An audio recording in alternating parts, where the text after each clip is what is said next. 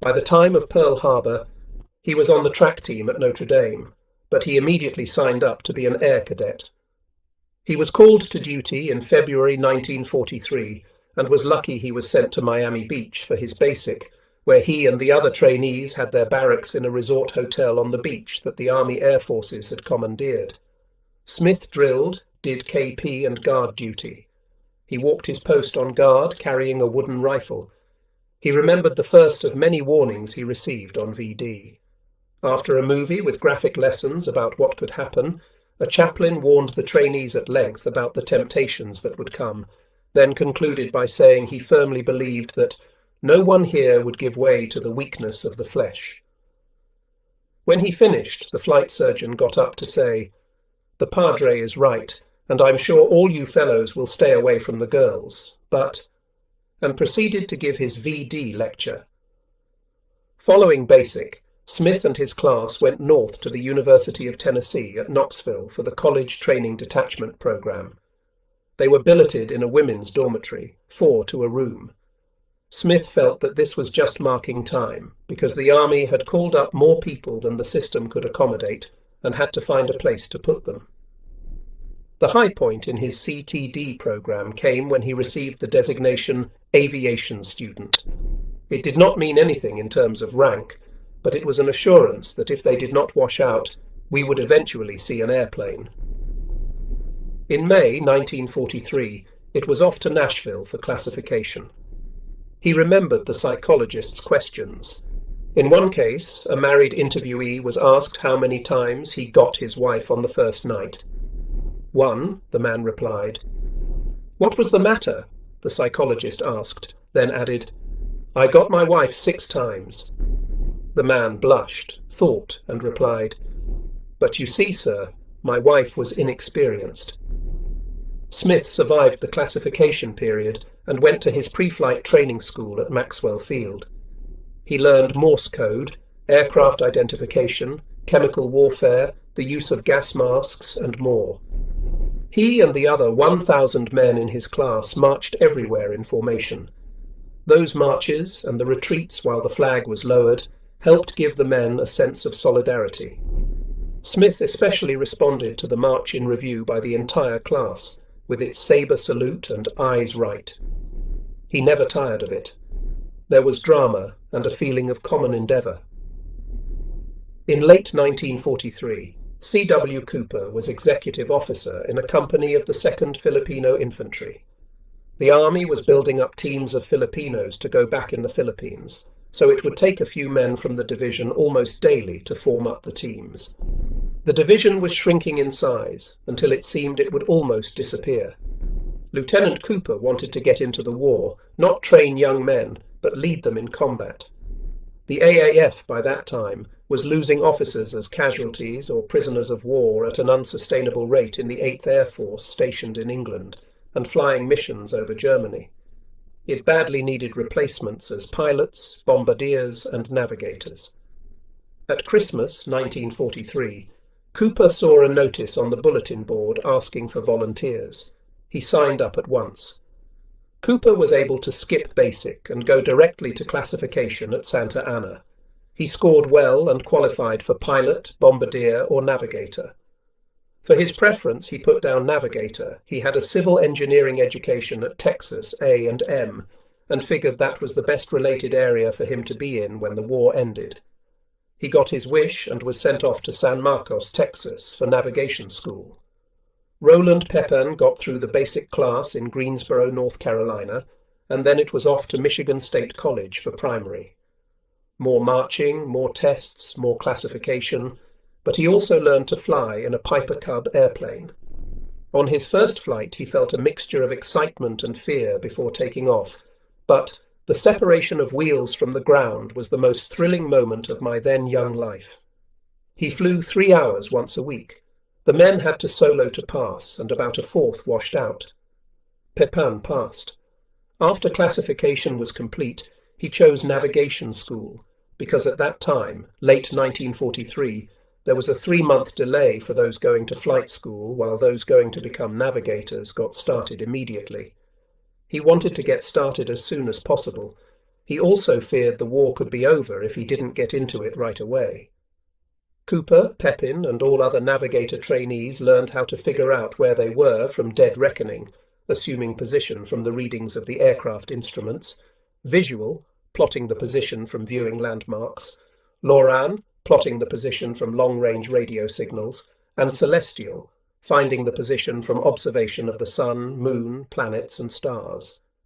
Celestial was the most difficult to learn, but also the most reliable, especially over oceans. There was lots of ground school, but lots of flying in AT-7s as well. The trainee made 20 navigation flights, logging 100 or more flying hours. Training planes carried 3 students and an instructor, plus a pilot. Day and night flights were flown. There were point-to-point courses, problem missions such as rendezvous, search and patrol flights. There were more than 50,000 students with a peak monthly output of more than 2,500. Cooper recalled being in the air when the instructor would say, "Put your head down on your desk." After an hour, he'd say, "Okay, find where we are and get us back to base." Cooper shot a fix on Polaris with his sextant to get the latitude of the plane, then used a radio beam and the radio compass, which would point toward the station. But generally he used dead reckoning. The plane had a device that gave him the wind drift. Over the intercom he would tell the pilot to make a correction, flying just off the straight line, called crabbing into the wind, to where he wanted to go because of the effect of the wind. There were accidents. Cooper recalled that the man everyone thought of as the ace navigator in his class took his plane into a mountainside. In May 1944, the Army Air Forces issued a brand new sextant called the B-12. Celestial navigational errors diminished considerably with its introduction. It was so secret that the AAF issued each navigator his own sextant, to be guarded and kept in his possession always. In addition, the navigators were issued celestial navigational tables, 40 books that covered the world. Pepin graduated on July 31st, 1944, a little more than a year from his induction. He had earned his navigator's wings and was commissioned as a second lieutenant in the AAF. Cooper was about to be graduated when his superiors called him in and said, "You've been getting sick on some of your flights." Cooper admitted it. They asked, "Are you sure you want to continue flying?" "Sure," was Cooper's reply. In October 1944, he got his navigator's wings. Donald P. Kay was 19 years old and a student at Penn State College on November 10, 1942, when he enlisted in the AAF to become an air cadet. He had wanted to be a flyer all his life. In early February 1943, he joined John G. Smith in Miami Beach, lived in a hotel, ate his meals in the hotel dining room, and got through basic. Then off to CTD at North Carolina State College in Raleigh, then to Nashville to the Classification Center. He qualified and picked pilot as his preference. His primary pilot training was at Ocala, Florida, in a PT-17 Stearman. He managed to solo, but after 4 check rides he washed out. He still wanted to fly, so he said he would like to be a bombardier and was selected. First, Kay went to Aerial Gunner School, a 6-week course at Eagle Pass, Texas. All bombardiers were trained to take the place of any gunner waist, nose, tail in the top or the belly turret, and also to serve as armament officer. Then he went on to bombardier school. He did okay there until they began practicing at night, but he stuck to it because, having washed out once, I didn't want it to happen again. He graduated and got his commission. Richard Rogers wanted to be a pilot, but as he put it, the AAF had pilots out their ears. I don't think any of us in my group made pilot training. They needed bombardiers and navigators. He was sent to the Bombardier Navigator School at San Angelo, Texas, where he took bombardier training, then gunnery school. Next came Biggs Field at El Paso. At least he got to fly by August 1944. He had logged 252 hours in the air. Robert Ken Barmore, born December 27, 1921, was in junior college in Newark, New Jersey, in 1941, taking courses in meteorology and navigation and aircraft engines. In 1942, He signed up with the AAF, but before his first written exam, I was scared silly. He should have been, he failed. A month later, he had a second chance, and he wanted to get into aviation so badly, he studied. He passed. He was called up in February 1943 and sent to Nashville for classification. He had never been out of New Jersey in his life, so the 24-hour train ride was kind of a traumatic experience. From Nashville, he went to Maxwell Field for pre-flight school, where he had his first ride in an airplane. Then to South Carolina for primary flight school. Barmore began to fly. My instructor wasn't very good, actually. 3 of his 5 students washed out. His idea was to go as high as the PT could go and get it upside down and then glide. You'd be hanging there with your feet up in your face. Boy, I hated it. I knew right then and there I was never going to be a fighter pilot. I knew that. He passed his 20 and 40-hour check and went on to Shaw Field, Sumter, South Carolina, for basic flight school. Robert Hammer was a sergeant in the Army. He volunteered for the AAF and went to the San Antonio Aviation Cadet Center. When he lined up for the first inspection, the St. Louis Cardinal baseball star Enos Slaughter was in front of him. Slaughter was asked why he had signed up for the AAF. "I thought I might get to stay in the States and play baseball," he replied, and he got what he wanted. Hammer's answer to the question was, to get out of the States and do some fighting. He too got what he wanted. He went through the training, then into the air his first time ever in a PT-19. He had 8 hours in the air and didn't like being a pilot. He fouled up his landing patterns and was washed out. The base commanding officer called Hammer in and asked if he would like to be a navigator. Hammer asked how long the training time would be. The CO told him a few months. He asked what else was available. Bombardier, which meant an additional few months.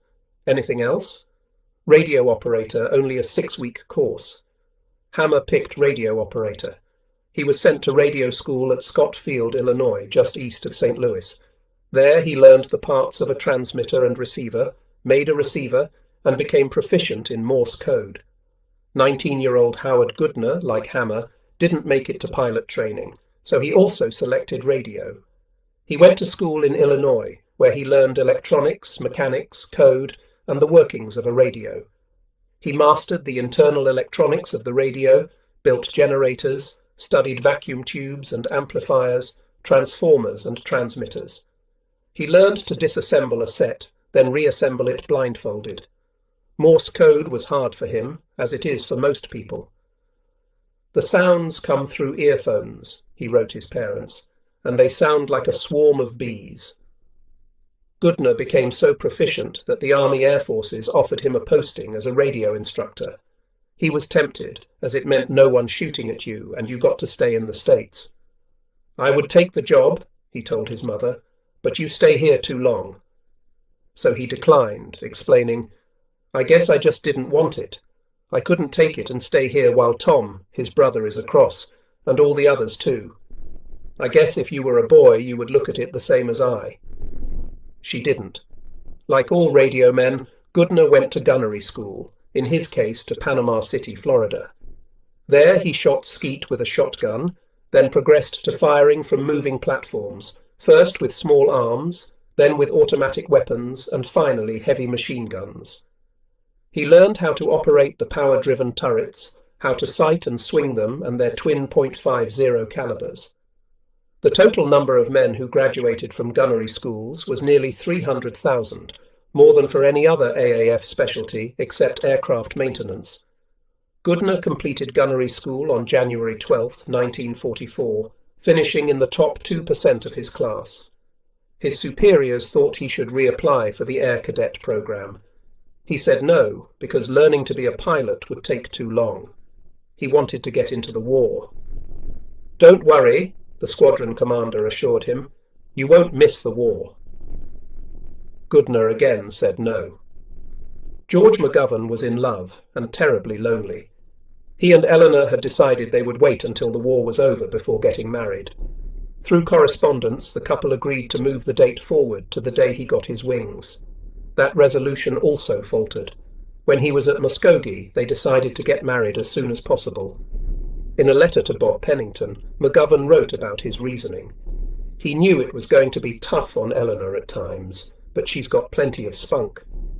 Besides, I honestly believe, Bob, it's the best thing for both of us that we get married as soon as we can.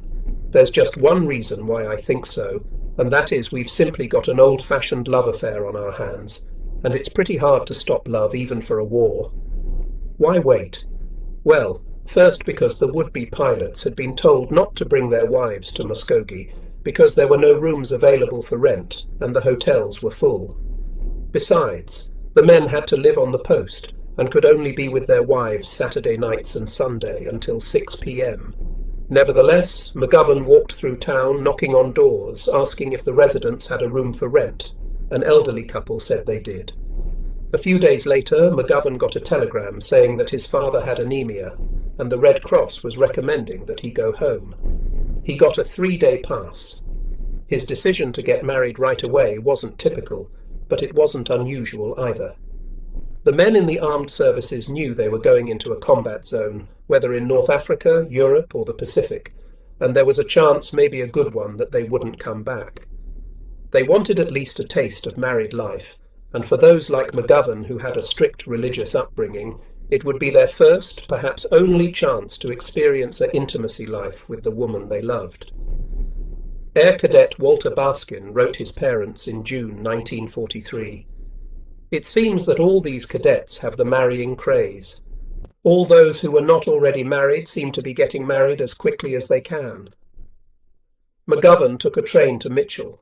His father had recovered, so the family, plus Eleanor, drove to her hometown, Woonsocket, and on October 31st, 1943, Reverend McGovern presided at the marriage ceremony. The couple spent their wedding night in George's old room in his family house in Mitchell. The next evening they boarded another train and went off to Muskogee. Between them they had one bag. The train was full, as most trains were throughout the war soldiers, young mothers with crying children, and others, so the McGoverns sat on their bag. But as they changed trains in Kansas City, McGovern put the bag down to check in at the ticket office. Someone stole it. They looked but couldn't find the thief, and at noon they boarded their train. Again, no seats were available. I looked at Eleanor and her lip was quivering, then she started to cry. McGovern did too. We both just bawled. When they were drained, McGovern looked at his wife, and she at him. We started laughing at each other. I said, "Look, a suitcase full of what we had is not the world's biggest loss." Eleanor said her mother's wedding veil was in there, and again there were sobs. They got into Muskogee after midnight. McGovern had to fly at 6:30 a.m. on his 40-hour check ride. They had no pyjamas, no change of clothes, no alarm clock. The couple who had rented McGovern the room got up, fixed some food, and talked. The young couple told them their problems, particularly the check flight. The old gentleman said he would take care of it. He set his alarm for 5 a.m. and drove McGovern to the airbase. As McGovern climbed into the cockpit for his check, he thought there was no way he could do it. He was sure he would be washed out. It turned out to be the best check he ever had. Many others had already washed out. Many others still would. McGovern felt that lots of them washed out.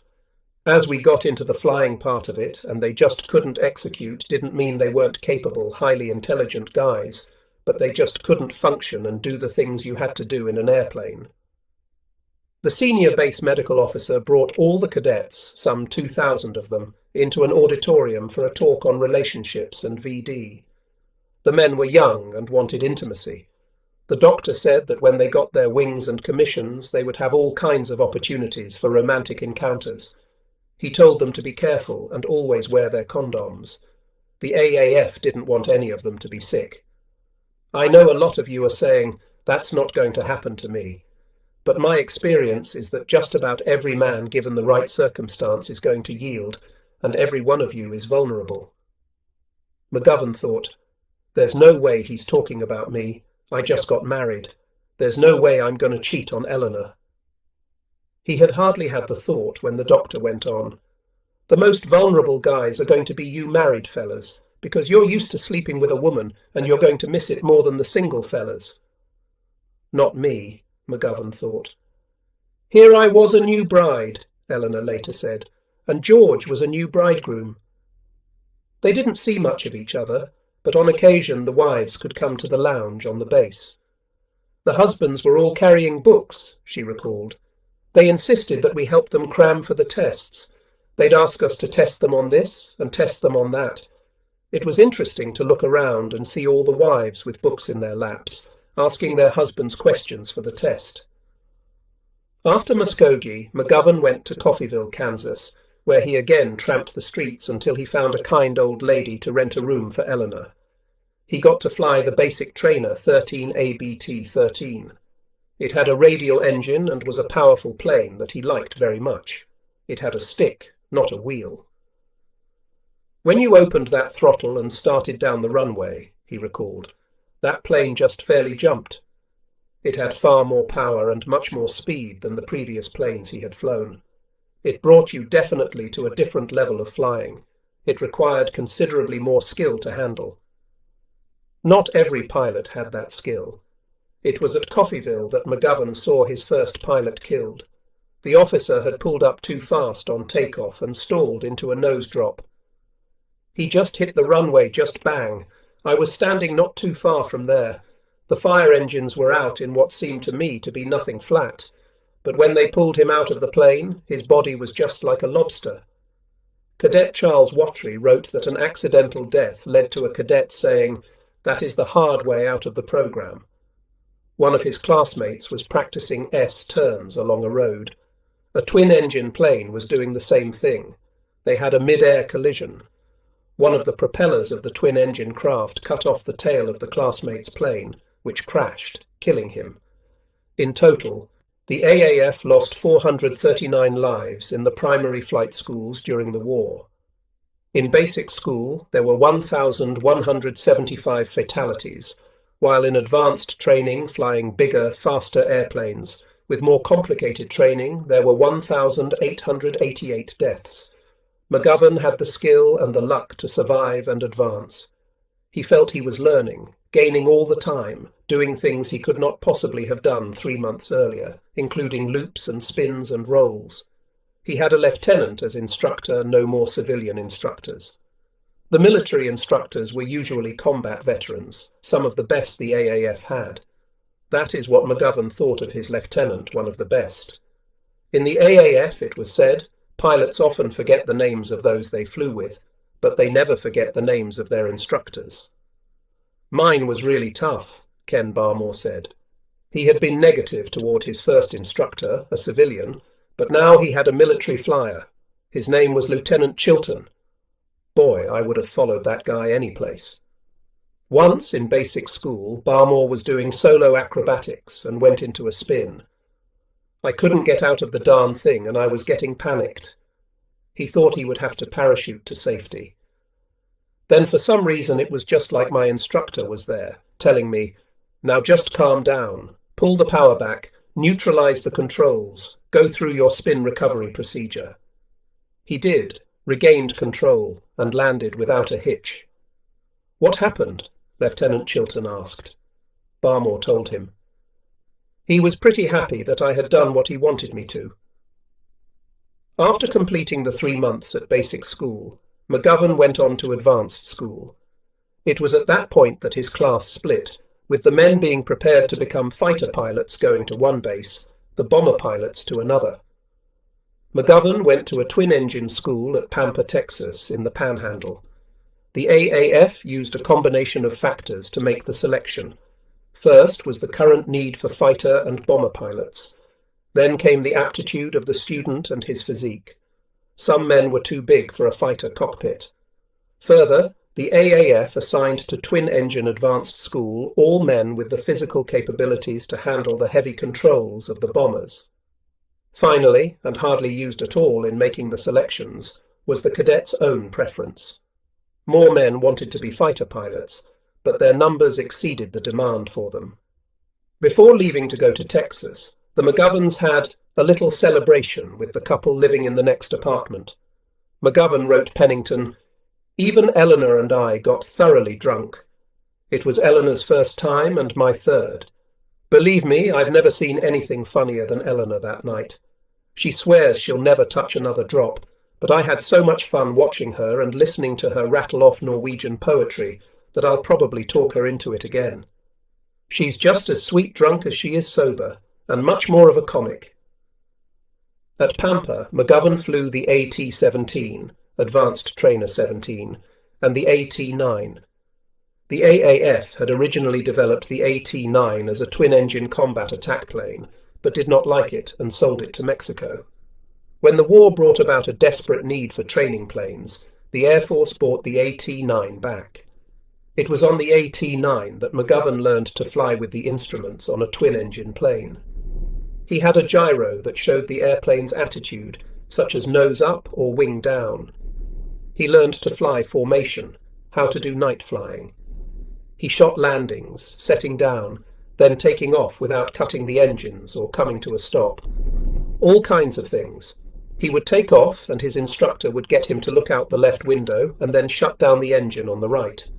McGovern had to recover and get the plane back on the level and flying straight ahead with just one engine.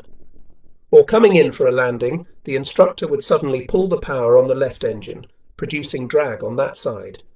He would take the AT-9 away from the field and make McGovern find his way back. He had to remember the terrain sufficiently to get to the airfield. In pilotage, navigation techniques involved relating what was on the map to what the pilot saw on the ground. Railroad lines were most helpful. They were called the iron compass. The names of small towns on water towers were excellent navigation aids. So were instruments. The trainees learned how to use them on a link trainer, a small airplane set on a stand that could simulate actual flight. The inside of the link was totally dark, except for the lighted instruments. John Smith recalled learning about vertigo on his link, and later in real flying. The semicircular canals in your inner ear are your primary balance mechanism, he noted. They are tuned to your eyes and gave you a sense of balance. But if in a link or a night flight, when your eyes lose their reference points, they can fool you. If Smith made a turn when he couldn't see, then returned to a straight and level path, his inner ear would not get the signal and would tell him he was still turning. So, instrument flying requires that you trust your instruments and ignore your senses. He also learned to use radio communications between the aircraft and the control tower. The hardest part was night flying in formation. Beginners in formation always over-control, WWII pointed out, fighting to hold the proper formation position with wild bursts of power, followed by sudden frantic yanking of the throttles rearward when it appears that the wing of the lead plane is about to be chewed up by the propeller of the airplane flying the wing position. Beginners tried to hold lateral position using only the rudders, but as WWII said, in that case, the airplane is likely to wallow through the air like a goose waddling to its pond. It was worse at night. The wingman would try to stay in proper position when all he could see was a white light on the tail of the lead plane. To WWII, it seemed his airplane floated in a void. If there were no lights on the ground and clouds were overhead, there would be no indication of movement. Because of the number of accidents, Eleanor and the other wives, living alone except on the brief weekends, were worried sick about their husbands. Every time they heard a crash or a fire engine, they were almost petrified that their man had gone down. McGovern worked hard at his training. He had to, as he realised from reports coming out of England about the 8th Air Force and the stories he heard from returning veteran pilots about what combat was like. And he knew the dangers of flying from the number of accidents happening around him. In October 1943, Air Cadet Ken Barmore was in advanced flying an AT-9 when he got word that 2 of his best friends from high school were killed in a B-24 crash at Elk, California, while they were on their last training flight before going overseas. Not all accidents were fatal, but some were, and none were comical except once when an Air Cadet pilot got lost in his formation on a black night. Others were also lost and trying to find the lead plane. It was awful, McGovern said. People were scared to death. So this one pilot saw a little white light ahead. He started flying toward it, thinking that was the light on the wing of the lead plane. After a couple of minutes, his co-pilot tapped him and said, "You're going 400 miles per hour." The AT-9 could only do 150 miles per hour. The pilot realized that what he was doing was mistaking the light, which was in fact on the ground, as being from the lead plane, and he had his AT-9 in a sharp dive. He pulled back hard, figuring that would pull the plane up, but as McGovern said, "That's not the way it works. If a plane is going down and you pull the nose up, the plane keeps mushing down for quite a ways, until it loses its downward motion." Exactly that happened. The plane hit the ground, a big pancake in a ploughed field. But the pilot, thinking he had hit the lead plane, ordered the co-pilot to bail out. The co-pilot promptly did so, only to discover that his jump from the wing to the ground was over in about 3 feet. He yelled to the pilot, "Don't jump, I'm in a cornfield." The pilots walked back to base. The next day, a truck had to pull the plane out to a grassy spot where it could take off. That night, according to McGovern, "I've never seen a human being so mad or so scared as the colonel in charge." He pulled the trainees into the briefing room, about 150 of them, and said, "I want you stupids to turn around and look at the guy next to you, because you're looking at the biggest arsehole you're ever going to see in your life, and so is he." The colonel said he ought to wash the entire class out. He called it the worst class ever at Pampa. "There isn't one of you that deserves to get your wings." There were other problems. McGovern was now an air cadet, making $125 per month. Eleanor was supposed to get $75 of that, but because of some bureaucratic screw-up, she didn't, while George received only $50. So she lived on the $50, as best she could, while he lived on the base. They were too proud to tell their parents that they needed help. Instead, Eleanor lived mainly on crackers and peanut butter. She doesn't eat much anyway, according to George, and the peanut butter filled her up cheaply. That went on for 3 months. To buy civilian clothes and other necessities, and to expand her diet, she got a job as a legal stenographer with a law firm. Just before his graduation, McGovern said he wanted to fly a B-24, but that he would be happy to be a B-17 pilot. At the ceremony, the colonel who had berated the cadets and characterized them as the worst class ever said that this was the finest class that had graduated from Pampa. The men found a manila envelope on their chairs. It contained their commission, Second Lieutenant, Army of the United States, and their wings. Another document rated them as pilots. Still another was a personnel order that required them to participate in regular and frequent aerial flights. Charles WWII considered that a bit redundant. "That's what we came to do. Wild horses couldn't hold us back now." Eleanor was at the airfield to pin on George's wings. The new and exuberant flyers marched past the reviewing stand, singing the AAF song, really belting out the line, "Off we go into the wild blue yonder." McGovern looked at his assignment, Liberal, Kansas. Eleanor went with him. "I became a camp follower," she later said. 10 weeks here, 12 weeks somewhere else." She again rented a small room and saw her husband on Saturday nights and during the day on Sunday. Liberal Kansas meant McGovern would be learning to fly B-24s. He was pleased. Others were not. WWII had put down the 2-engine P-70 Night Fighter as his first choice, the P-61 Black Widow as his second, and the B-25 2-engine bomber as his third. But like 262 out of 290 of his classmates, he was assigned to Troop Carrier Command. Troop Carrier flew C-47 transports, either dropping paratroopers or towing gliders. It was a great disappointment to all of us. They wanted combat in modern warplanes, not hauling paratroopers in an airplane that had been around for years. It was the DC-3 in civilian use. The 28 cadets in WWII's class of 290 who got their first choice of aircraft assignments were the only ones who had asked for 4-engine bombers. Lieutenant Walter Baskin had the same fate as McGovern, but was not happy. "I have been assigned to a B-24, he wrote his parents. "That's just about as far from what I wanted as anything could be, but I can still hope." On his graduation, John Smith was asked to list his choices. Knowing that his list would count for naught, he nevertheless put down the A-20 Havoc, which, although a bomber, had near-fighter performance and a tight turning radius. It had a crew of 3, enough to keep the pilot company but not a crowd to look after, as the B-17 and B-24 pilots had to. It had a relatively limited range, so the pilot wasn't up in the air all day. As for his other choices, Smith wrote, "If you are out of A-20s, it's all right, I'll just go home." He was assigned to a B-24. Whatever their assignment, the newly commissioned officers and pilots had something to point to with pride.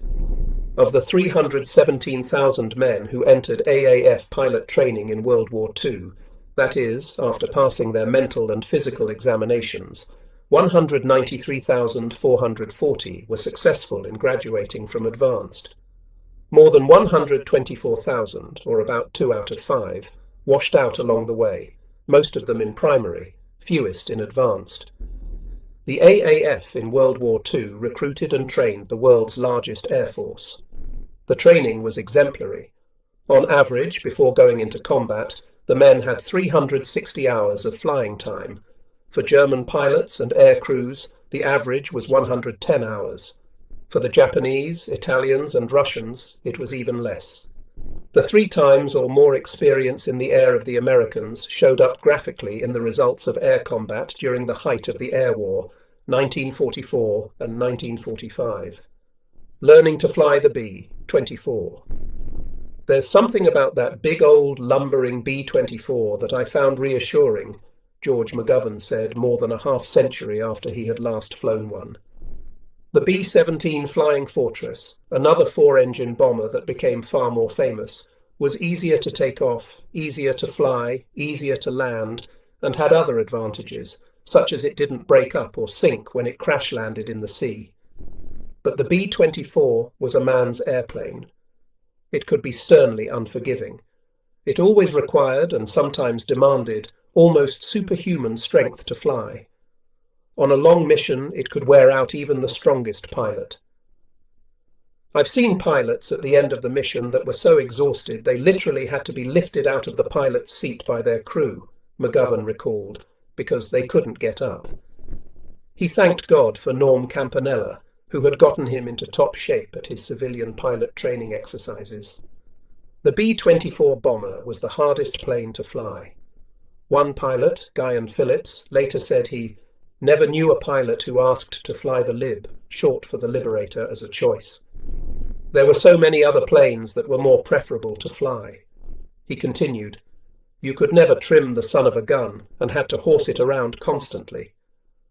Formation flying for several hours gave his left arm a workout.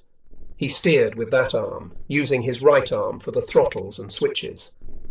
After the war, Phillips found that he could arm wrestle his college roommate, a big football player, left-handed, but stood no chance with him right-handed. Phillips also learned to make no sudden moves in a B-24 because response time had to be calculated. Until 1944, the B-24 was the biggest airplane in the American fleet and the most expensive. More aluminum was used to build the Liberators than any other craft. "The B-24 has guts," said the AAF in its instruction manual for pilots. "It can take it and dish it out. It can carry a bigger bomb load farther and faster, day in and day out, than any airplane that has passed the flaming test of combat. It could be sluggish, though." One pilot noted, "That plane took its own good time to do whatever it was going to do. It could take punishment as well as the B-17, a statement that no B-17 pilot or crew would agree with, but in operations, B-17 losses were 15.2% compared to the B-24 operational losses of 13.3%. Still, when the B-24 lost a single engine, you were right now in trouble. In particular, its new wing, designed by consolidated engineer David R. Davis and called a Davis wing, had a distressing tendency to fold up and break off when hit by a shell. There was not just one B-24 model, but rather a series of modifications. After it reached the production stage at the beginning of the war, Numerous changes were made to enhance performance, changes that increased speed, altitude, range, firepower, armor, and payload. So too with almost all the AAF airplanes, which in the fighter and reconnaissance category were by 1944 equal to the enemy's best, due in part to their heavy and rugged construction. The United States did lag far behind Germany in jet planes and guided missiles, but in heavy bomber and transport planes the American superiority was beyond any challenge, and it was way ahead in numbers. In 1939, the Army Air Corps had 1,700 aircraft and 1,600 officers. When in 1941 President Roosevelt called for the production of 50,000 military planes per year, people thought him crazy. By March 1944, over 9,000 were built in 1 month, 110,000 in that year. In total, the United States produced almost as many aircraft as did Britain, the Soviet Union, Germany and Japan combined, and greatly exceeded them in total airframe weight. By March 1945, a total of 7,177 American bombers were flying combat missions in Europe, thousands of others in the Pacific. To keep all those planes flying, the AAF had 7 men on the ground for each one who flew. 700,000 graduated from courses in maintenance alone during the war. Its clerks, telephone operators, and other support personnel, mainly civilians, numbered more than 1 million, half of them women, many African Americans, others handicapped. The AAF was not built for defense. Its strategic goal was to carry the war to America's enemies in their homelands. Its fighter force existed for many purposes, such as photographic reconnaissance and tactical support of ground troops, by attacking enemy troops and columns, trucks, bridges and trains on the ground. But primarily it was in combat to protect the heavy bombers from German or Japanese fighter aircraft. The Liberator had a wingspan of 110 feet. The Davis wing's cross-section was shaped like a raindrop and mounted against the top of the fuselage. It provided outstanding lift and carried self-sealing fuel cells. The fuselage was 66 feet long, 18 feet high. Without a load, the Liberator weighed 32,505 pounds. Its maximum weight with a full bomb load was 60,000 pounds. After improvements, it carried 10.5 zero-caliber machine gun, 2 in the nose, 2 in the top turret, 2 in the tail, 2 in the bottom turret, all power-operated, and 1 manually controlled .50 caliber on each side of the waist. It could reach slightly more than 300 miles per hour, fly as high as 32,000 feet, and had a range of 2,850 miles, all exceeding the B-17's capabilities. It had 4 engines, mostly Pratt & Whitney rated at 1,200 horsepower, each with a turbo supercharger that increased the mass air charge of the internal combustion engines and was used to compensate for the lower density of air at high altitudes. The propeller blades were as large as a man. The B-24 had a tricycle landing gear, with 1 wheel under the nose replacing the B-17's tail wheel with the 2 main wheels under the wings. It had an extensively glazed greenhouse nose.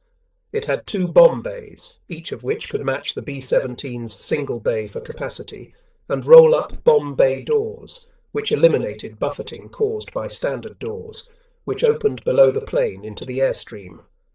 Its original 8,000-pound payload could be configured in 4 ways: 4 2,000-pound bombs, 8 1,000-pound bombs, 12 500-pound bombs, or 20 100-pound bombs. With improvements, the payload rose to 12,800 pounds. The improvements obviously increased the plane's lethality, but they did render it less stable. Both the 8th Air Force and later the 15th Air Force flew both B-17s and B-24s. In the Pacific, by 1943, the B-24s had totally replaced the B-17s. The B-24s were called flying box cars because, according to some, they were the boxes in which the B-17s were shipped overseas. Others called them New York Harbor garbage scows with wings, or spam can in the sky. Additional nicknames were Banana Boat, Flying Brick, Cow, and the Old Agony Wagon. The most distinguishing feature of the B-24 was its twin tail, much scoffed at by the men who flew the B-17, as indeed was almost everything about the B-24. But it could carry a larger bomb load for longer distances than the B-17, with a crew of the same size 10 men. The AAF official history described it as an ungainly-looking ship on the ground, but it had a grace of its own in the air. It was almost universally agreed that the B-24 was the hardest plane to fly. The AAF knew that, and its training program reflected the fact. I don't think there's a person alive that could fly a formation of B-24s for 10, 12, 13 hours that wasn't trained the way we were, McGovern declared. I don't think he could do it. The first time McGovern climbed onto the flight deck and sat at his seat, he was confronted by a bewildering sight. There were 27 gauges on the panel, 12 levers for the throttle, turbocharger and fuel mixture, 4 on the pilot's side on his right, 4 on the co-pilot's side on his left.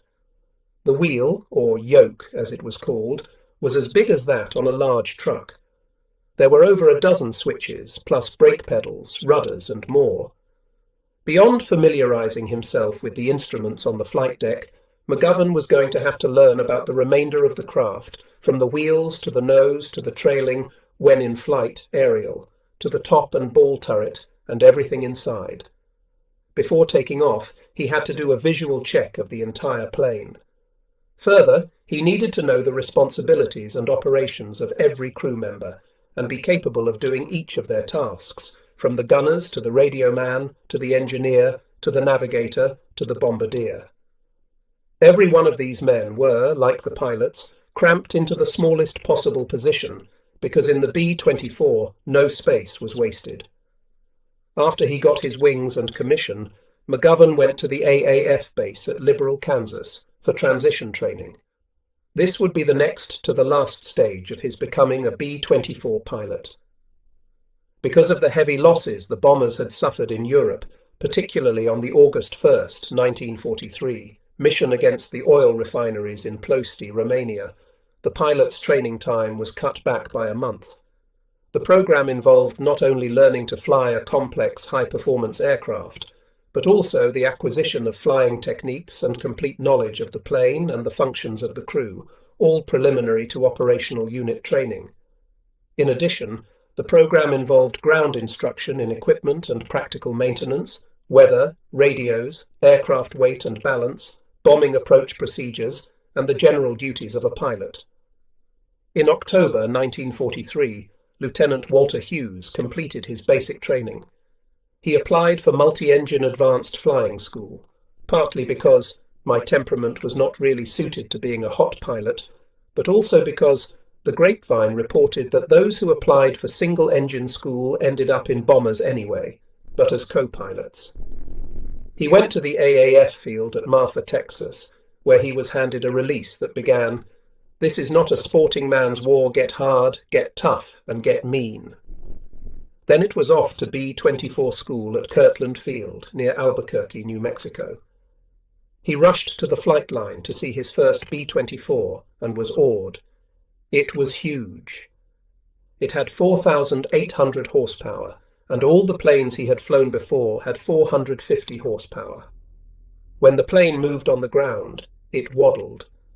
On his first flight, when the instructor pushed the throttles forward, Hughes was smashed back into his seat, which sent tingles through every nerve. But the real thrill came when I did it myself. Engine power control was complex, including throttle, fuel-air mixture, propeller pitch, and turbocharger setting. Takeoff required 2,500 revolutions per minute.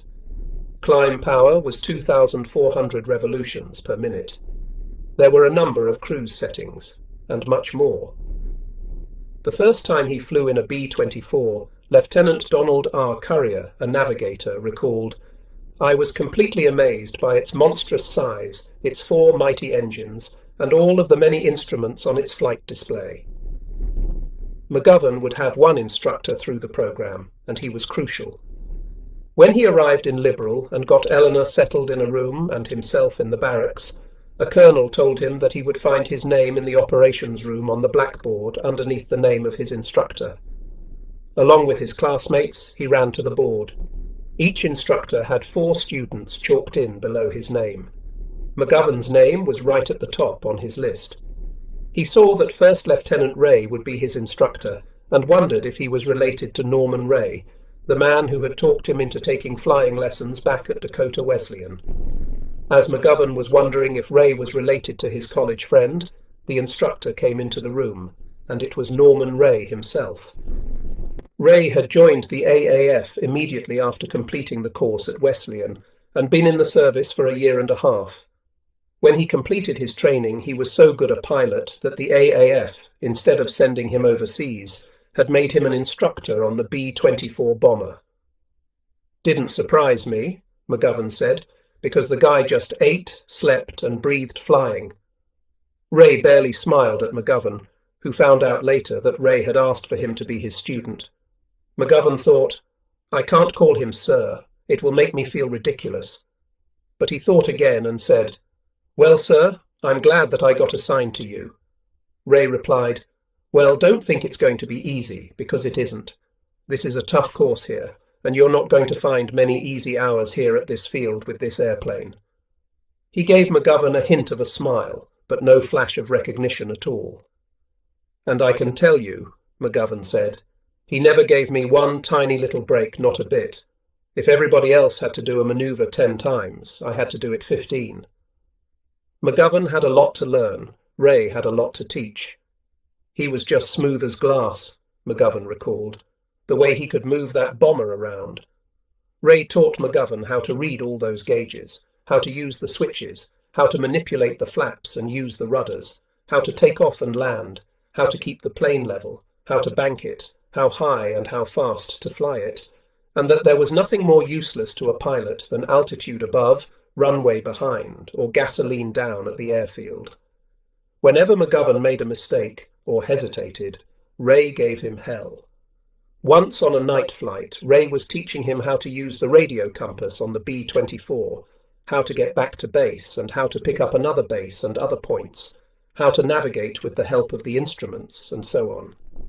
He went over the procedures with McGovern several times. Then, when they were 50 miles or more away from Liberal, he sat back in his pilot's seat and said, "Okay, take me home." It was a dark night. There were no lights on the ground. McGovern almost froze. He couldn't remember anything. Nothing worked. "Well, George," Ray said, "let me put it to you this way. You either take us back to that field, or I'm going to wash you out." There was no hint of a smile. As McGovern remembered it, Ray continued, "I can't in good conscience graduate you from here and say that you're ready to fly a 4-engine bomber with 10 human beings on board. I'm just not going to do it. If you can't find that field, then just go get your things, and you're through with the Air Force unless there's some other post you want here.